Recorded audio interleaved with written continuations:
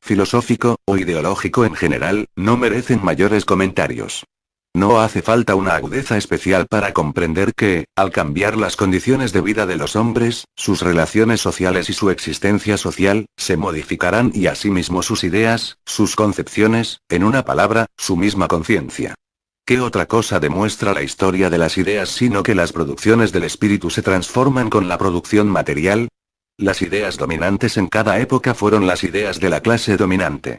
Cuando se habla de ideas capaces de revolucionar toda una sociedad, se está expresando únicamente el hecho de que, en el seno de la vieja sociedad, se han constituido los elementos de la nueva y que la extinción de las nuevas ideas va de la mano de la descomposición de las viejas condiciones de vida.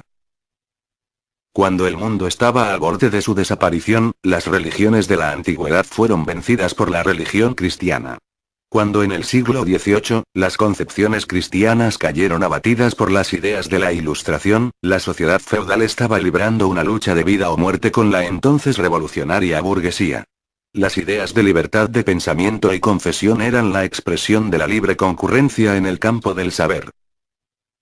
Se nos dirá, sin embargo, que las ideas religiosas, morales, filosóficas y jurídicas se modificaron, ciertamente, en el curso del desarrollo histórico, pero la religión, la moral, la filosofía, la política y el derecho siempre prevalecieron en este cambio.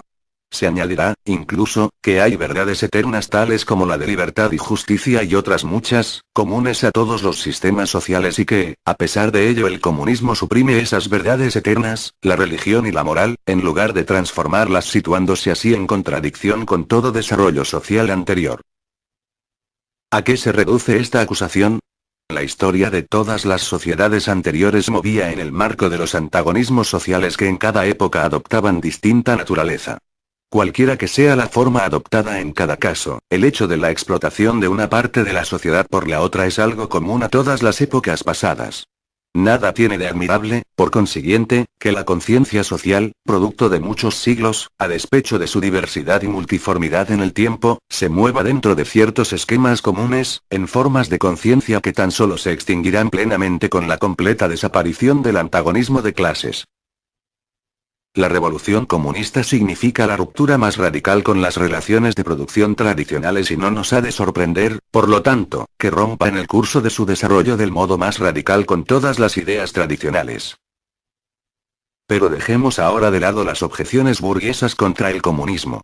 Ya vimos más arriba que el primer paso de la revolución proletaria consiste en la elevación del proletariado a clase dominante en la conquista de la democracia.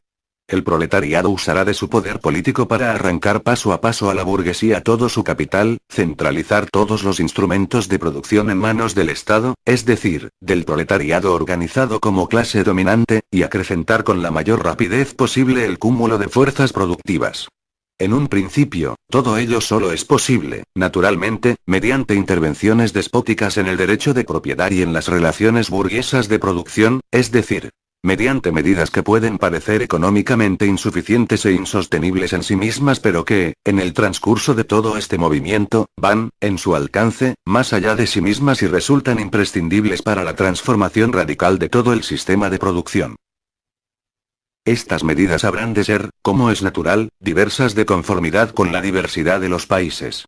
En el caso de los países más avanzados, las siguientes medidas tendrán, sin embargo, una aplicación más o menos general. 1. Expropiación de la propiedad territorial y dedicación para gastos del Estado de la renta del suelo. 2. Impuesto fuertemente progresivo. 3. Supresión del derecho de herencia. 4. Confiscación de la propiedad de todos los emigrados políticos y rebeldes. 5. Centralización del crédito en manos del Estado.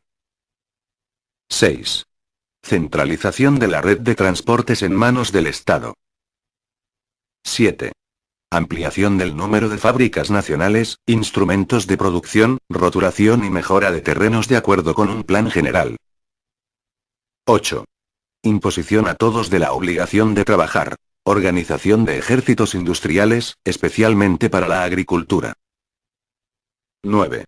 Explotación combinada de la agricultura y la industria. Intervención encaminada a la eliminación gradual de diferencias entre la ciudad y el campo. 10. Educación pública y gratuita de todos los niños. Eliminación del trabajo fabril de los niños en su forma actual. Interacción coordinada entre la educación y la producción material. Cuando, en el transcurso de este proceso, vayan desapareciendo las diferencias de clase y la totalidad de la producción se halle en manos de los individuos asociados, el poder público perderá su carácter político. El poder político en su sentido más genuino no es sino el poder organizado de una clase para la opresión de las otras. Cuando el proletariado se una forzosamente como clase en su lucha contra la burguesía, se constituya en clase dominante mediante la revolución y como tal clase dominante suprima por la fuerza las viejas relaciones de producción, suprimirá con ellas la condición misma de los antagonismos de clase, las clases como tales y su propia dominación de clase.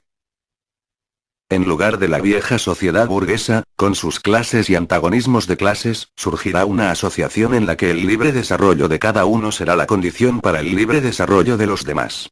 1. El socialismo reaccionario. A. El socialismo feudal. Las aristocracias inglesa y francesa estaban llamadas, por su posición social, a escribir panfletos contra la moderna sociedad burguesa. En la Revolución Francesa de julio de 1830 y en el movimiento reformista inglés, hubo de sucumbir una vez más ante el odiado advenedizo. A partir de ahí, toda lucha política seria quedaba muy fuera de sus posibilidades. No le quedaba otro recurso que el de la lucha con la pluma. Pero la vieja retórica de la época de la Restauración había perdido toda vigencia, incluso en el campo de la literatura. Para despertar simpatías tuvo que olvidar, al menos en apariencia, sus intereses y formular su acta de acusación contra la burguesía únicamente en interés de la clase obrera explotada. De este modo, se daba la satisfacción de entonar coplas libeláticas contra su nuevo dominador y susurrarle al oído profecías más o menos funestas. Así surgió el socialismo feudal, mitad lamento fúnebre, mitad pasquín. Mitad resonancia del pasado y mitad amenaza del futuro, capaz a veces de herir en lo más vivo a la burguesía con juicios cáusticos y cortantes por su agudeza, pero dando siempre una imagen ridícula por su incapacidad total para comprender la marcha de la historia moderna. Para atraer al pueblo y ponerse a su cabeza, agitaba como bandera el saco de mendigo del proletariado.